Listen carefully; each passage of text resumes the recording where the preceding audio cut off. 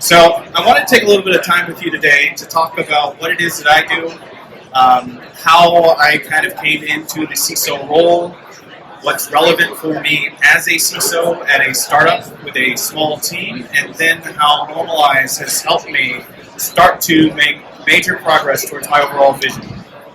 And so, I joined Corelight in 2021, so I got a little over 2 years at the helm. I started with a security team of 1. We were soon to release a SaaS product. We have a whole bunch of business with the federal government, as well as some of the top tiers in the commercial segment who have some very stringent compliance requirements and have some very stringent expectations around the type of security assurance that we deliver to them. So it turns out, I walk in and I have no idea what's where. And I think that's probably common for many of you that are working in a security organization, that some of the most difficult challenges are asset inventory, understanding where your data lives, understanding the structure and policy within your AWS and or Azure and or GCP accounts, and then what do I do about it with the team size that I have, the resources that I have, and what may be already structured for me as goals throughout the year. So I walked in and I said, what is it that you all need me to do most? And they said, Bernard, I need you to do 2 things. I need you to ensure that the business is secure, and I need you to get us to SOC 2. And as an extension of that, GDPR was on the horizon as well as FedRAMP. So, finding a good framework to build my control set off of, trying to understand what my future compliance obligations were, and then how I create an organizational structure that supports all of those things were my top task when I came in. I did some discovery. I found out we had 40 AWS accounts with no route to either centrally aggregating that data or understanding what the composition of those environments were. And I said, I know how to solve this because I did it in Amazon, but I do not have the engineering power and or the budget to go out and buy those tools, build those tools myself, or try and wait and just accept that risk as a business, knowing that we've got these things on the horizon. I was very lucky in having a conversation with another CISO of mine, or a CISO peer of mine, who said, I know this guy, Robbie. You talk about some things and how you see the world, and I think that he's got something going on that you might be interested in. So I connected up with Robbie. It turned out that we had very similar ideas about, how the security world operates, how things are based on relationships, and most importantly, that data is the first class custodian of what it is that we're meant to protect within our organizations. I said, let's do some business. I signed up as a design partner. He got me some software. Within minutes, I was able to understand both the resource composition of my AWS accounts, as well as the sensitive data where it was stored and what I needed to do about that based on the risks that were present in those accounts. Over the next 6 months, I built up my security team. I went and found a threat hunter. I went and found a secure infrastructure person. And I started making inroads to the rest of the business so that the risks that were identified, I could find a way to resolve. Parallel, I started a program to deliver on my objectives to complete SOC 2, to understand my 800-53 requirements, and to get us prepped to go after GDPR. Now, if you could jump to the dashboard, I want to show you a couple of interesting things that were instrumental in helping me create the picture for the executive team, as well as for my security teams, so that we knew what we needed to do. And I won't wait on it, but you're soon to see that there is a dashboard here that represents the number of accounts I have, the amount of data storage that I have, the number of risks that are present, and the classification of those risks. So it's very easy for me to say, I want to segment this down to my production accounts that I know that I'm going against SOC 2 for. I know that today I have a number of audit findings or items that I need to drive down, and there is parity between those risks that are present in the dashboard that's in Normalyze and the risks that my team is driving down, and that without me having to go and engage my compliance team or ask for updates from my security engineers, that I could very quickly, as a CISO, take a quick look and understand where I stood against my resolution requirements as I moved towards SOC 2. This was an instrumental tool for me to ease my job as a CISO, especially with limited security resources, and get to the point where I had confidence that the tools that I deployed and the investment that I had made in this company was surfacing itself through my ability to report both to my leadership within the organization, the board of directors, as well as the other stakeholders in the environment, exactly where we stood against some of those higher priority risks. Now, if I fast forward a couple months, assuming that I achieved SOC 2 in those short time frame, which I did, I've got GDPR on the horizon.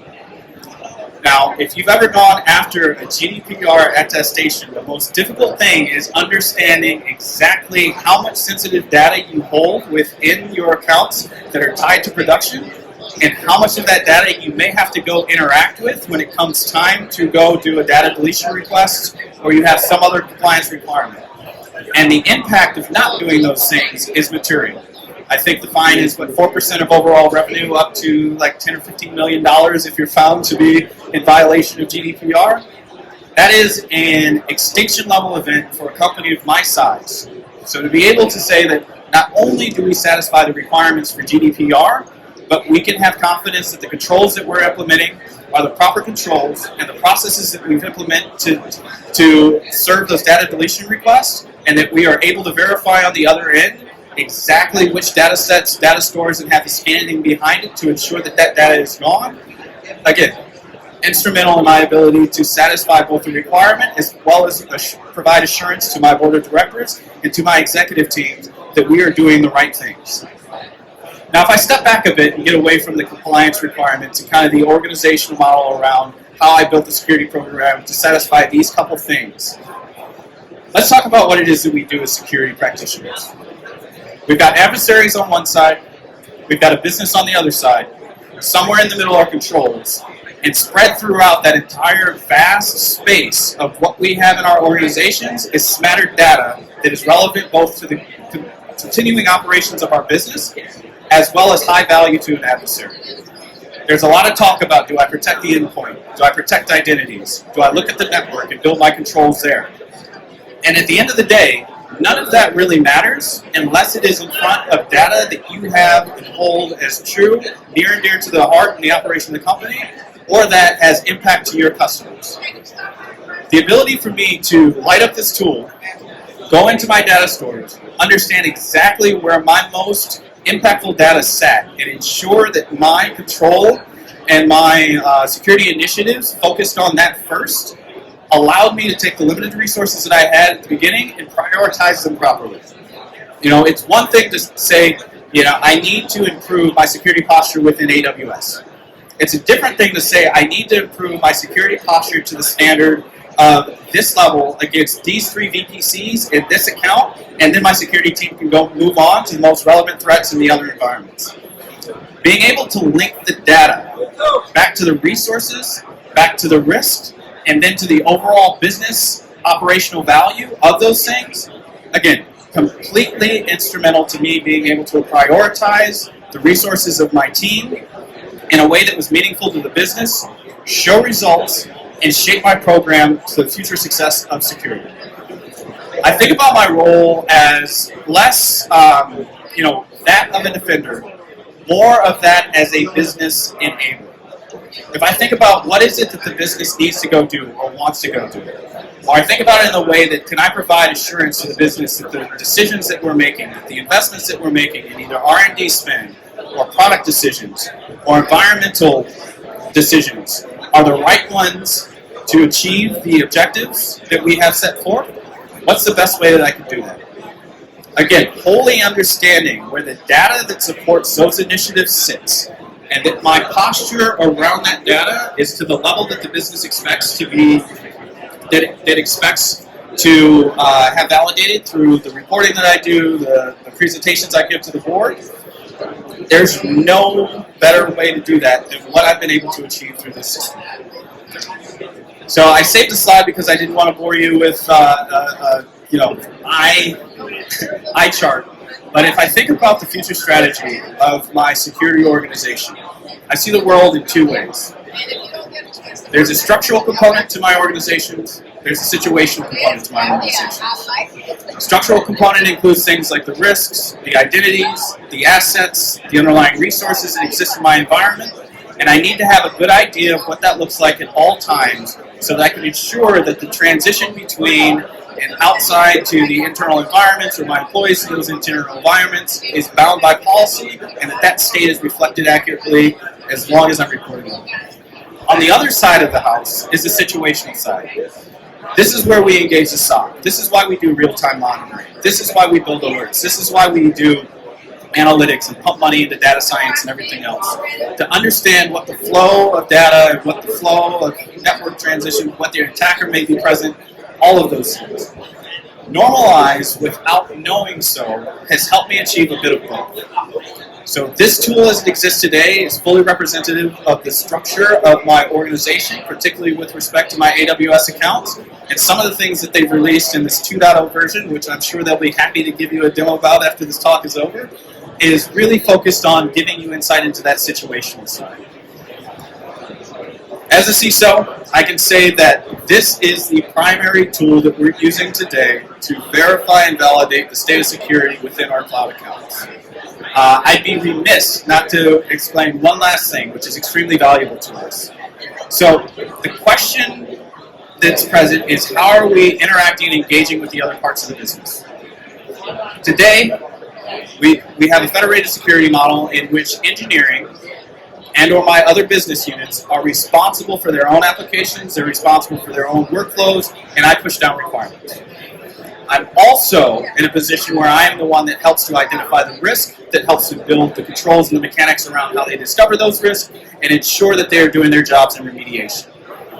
The fact that in this tool, if you jump to it, the route to pathing, the risks that I identified, the sensitive data that has risk against it, and what's soon to come, or hopefully once we get to this more situational state, to path these things from discovery within the platform directly into the Jira ticket and Jira instance that those organizations own means that I'm able to fully automate the path from discovery into ticket handling and risk resolution and the structure that engineering is already accustomed to. This was an integration that we talked early in my time with Normalyze about, and they were able to turn around for me in a matter of weeks. I can't say enough about how good it's been to work with this team and how they've helped me realize some of the vision that I've had for my security organization. But that's enough about me, enough about how I think about security and what we're doing here at Corelight. I'd love for any of you to ask me questions about what I'm doing, what you may have questions about, or what you think about as you've gone through this presentation. All right, let's have a big round of applause for Bernard. We're going to go into some questions and answers. So I'm going to